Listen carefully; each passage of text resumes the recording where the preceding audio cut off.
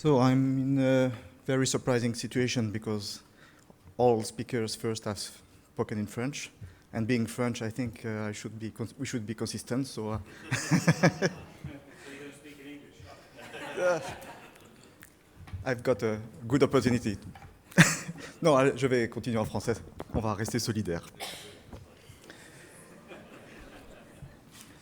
Tout d'abord, je voudrais remercier Zaki, l'ICROM Atar et tous les organisateurs et partenaires pour cette chaleureuse invitation et cette opportunité qui m'est donnée de pouvoir communiquer aujourd'hui sur les techniques de documentation et de diagnostic d'urgence, que ce soit sur des sites endommagés par des tremblements de terre ou autres, mais particulièrement par ceux en zone de conflit armé.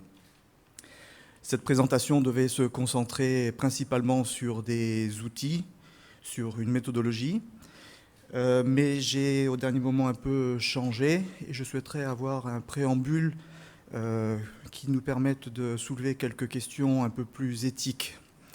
Il y a encore 3 jours, je me trouvais en Syrie dans des situations un peu sportives à certains égards, puisque certains sites étaient bombardés ou à proximité. Donc ça nous donne un contexte favorable avec nos partenaires locaux pour pouvoir nous poser des questions. Pourquoi documenter ? Alors on va parler de tous les outils, je ne vais pas y échapper, mais j'aimerais que, je crois, cette conférence se prête à ce genre de réflexion au travers des questions et des apartés pendant les cafés, pendant les repas, pour que l'on puisse s'interroger pourquoi documenter. En tant qu'architecte du patrimoine, pour moi, documenter est une étape dans un processus. Je suis en lien avec un site, avec un monument qui est endommagé. Et la documentation me permet, et là, une des premières étapes qui permet par la suite de faire des évaluations détaillées, de faire des diagnostics, de pouvoir dégager les zones d'intervention d'urgence, de pouvoir consolider certaines zones qui risquent de s'effondrer, et progressivement aller vers la restauration sur le plus long terme et voire même la gestion du site. Si on reprend l'intitulé de la conférence, on ne parle pas que de numérisation, mais la seconde partie de l'intitulé, c'est vers la gestion. Et c'est une des questions qui m'a... Et là, je rejoins la première intervention de cette session.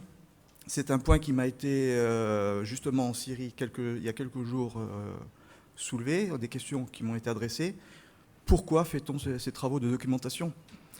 En Syrie, beaucoup de travaux ont conduit par la suite à de grandes expositions nationales qui ont représenté des millions d'investissements, expositions payantes, d'où on tire des bénéfices, et aucun de ces bénéfices ne retourne en Syrie. On produit des modèles tridimensionnels, des copies numériques qui sont largement diffusées au-delà du cercle professionnel qui intervient, qui a la charge d'intervenir sur les sites. Donc il y a beaucoup de questions qui m'ont été adressées pour lesquelles je n'ai pas forcément les réponses. J'avoue que je suis parfois un peu démuni et je me pose les mêmes questions. Donc pourquoi faisons-nous ce travail ? Je crois que c'est une question qui mérite d'être discutée, soit dans les questions plus tard ou... Voilà. Mais on a le sentiment, en tout cas en Syrie, qu'il n'y a plus, avec le retrait de certains financements UNESCO et autres récents, que la documentation ne donne pas suite aux interventions qui étaient prévues. Certaines interventions ne peuvent pas être menées faute de crédit. Et ils ont le sentiment que les copies numériques deviennent une fin en soi et que l'on s'échappe en fait au travers des copies numériques de l'original. C'est-à-dire qu'on a sauvé une information, on a sauvé un modèle 3D, mais que l'on n'intervient plus sur l'original. Et ce qui, moi, en tant qu'architecte du patrimoine, me gêne un peu, c'est que mon objectif, c'est quand même d'intervenir sur l'original. Et pour ça, j'ai voulu rajouter hier soir quelques vues d'interventions passées. Là, on se retrouve 15 ans en arrière, pendant la première guerre du Golfe.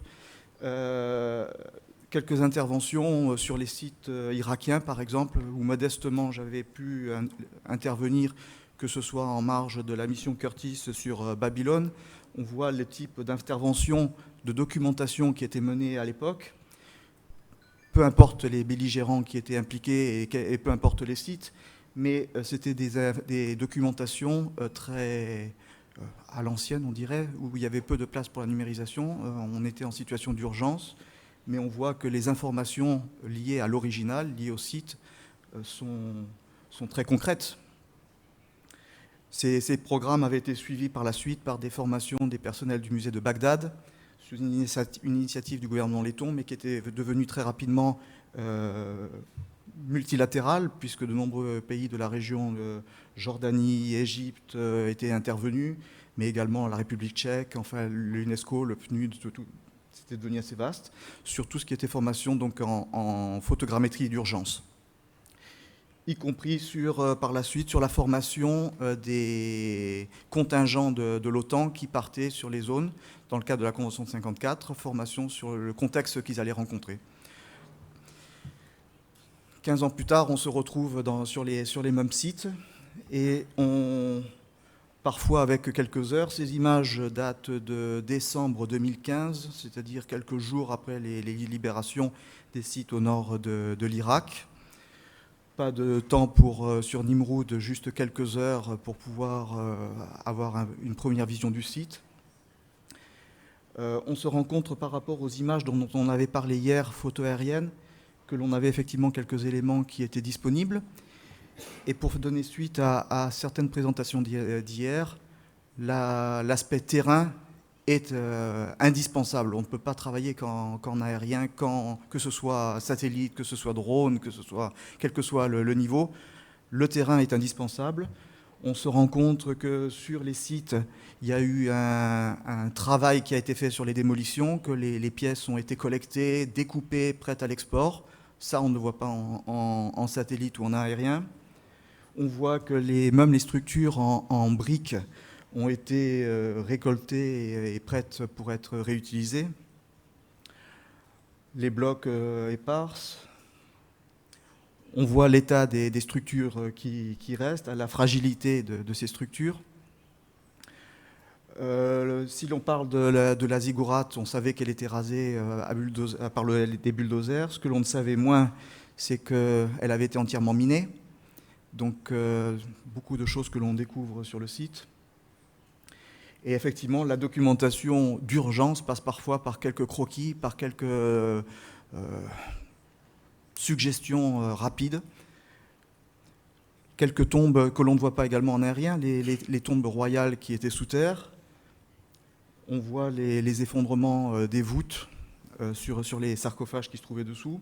Donc, une nouvelle fois, quelques croquis suffisent à intervenir et à prendre des mesures de protection des sites qui n'étaient pas à l'époque encore du tout clôturés et totalement accessibles. Donc, c'était encore une période transitoire où il y avait les corps de djihadistes qui sont morts sur le site, que d'autres essayaient de récupérer, quelques militaires qui se servaient également sur les artefacts qui se trouvaient sur les sites. Donc là, on est vraiment dans la situation d'urgence de quelques jours après la libération d'un site. Mais je reviens donc sur le thème qui était principalement suggéré, qui est celle de la documentation, où on n'est plus dans l'urgence de quelques jours, mais on a maintenant le site totalement libéré, on peut accéder au site. Je vais commencer par Alep. Tout le monde a vu ces images d'Alep. Et j'aimerais revenir sur certains sites en lien avec l'UNESCO, avec le patrimoine mondial, avec la fondation à Aga Khan, qui a été très vite présente sur le site, pour documenter certains de ces édifices. Le premier que je vous présente, Bet Razaleh, qui est une des grandes propriétés dans le centre historique d'Alep, a été bombardé. Alors, on ne parle pas de qui a fait quoi aujourd'hui. On a trouvé en sous-sol des fabriques de bombes chimiques avec les têtes de gaz. On a trouvé des missiles russes qui ont traversé le bâtiment. On a trouvé toutes les empreintes de tous les belligérants. Le bâtiment a été détruit à en gros 1/5 de son empreinte. Le bâtiment venait d'être restauré au moment où les conflits ont commencé. 2 semaines après, il devait être inauguré officiellement et il a été bombardé.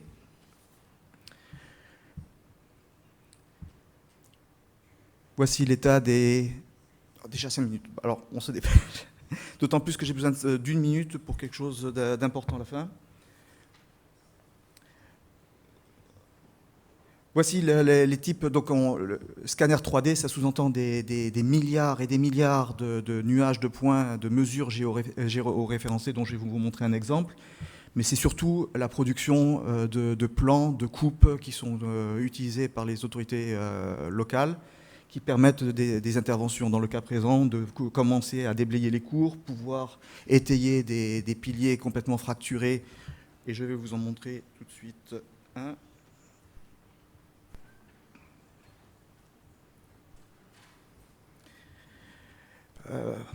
Alors là, c'est un résultat, j'aime pas l'aspect communication de la numérisation, mais ça c'est entre professionnels. C'est pour vous montrer entre 5 et 10% des données qui ont été collectées, pour vous montrer la densité de mesures qui sont à notre disposition et qui permettent, comme vous allez le voir sur ce pilier, de pouvoir intervenir. Il supporte 2 niveaux supérieurs et n'a pas de fondation. Donc là, on est vraiment dans le diagnostic au sens le plus direct.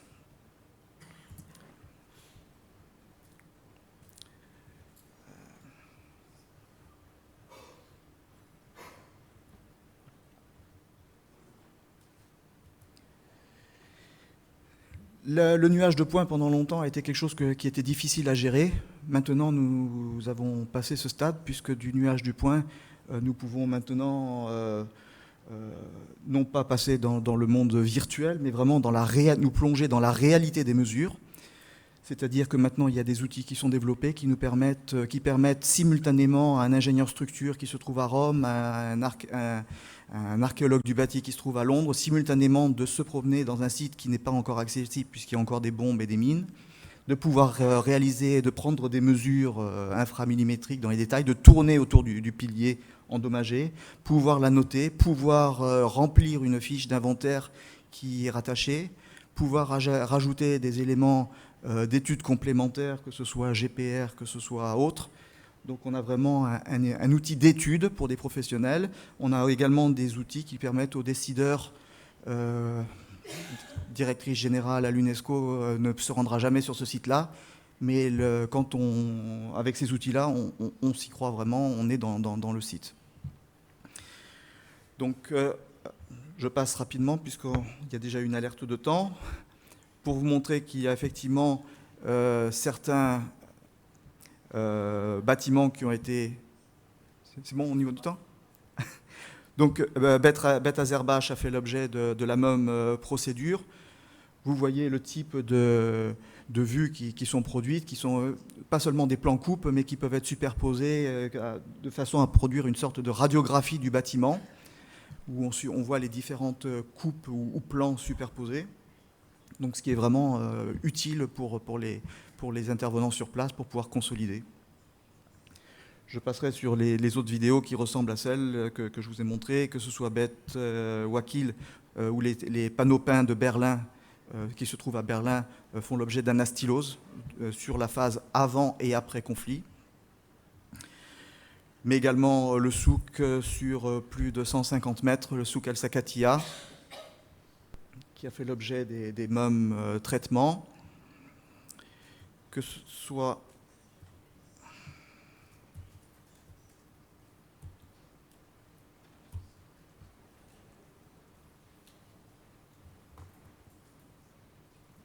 il semble que l'on ait un blocage.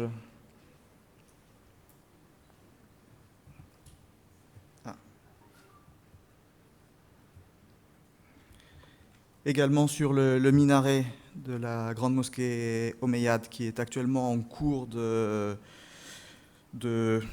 restauration. C'est une équipe tchétchène qui intervient dessus et qui a déplacé l'intégralité des blocs qui avaient été documentés. Bon, on ne commentera pas la restauration en cours. Ou également Palmyre.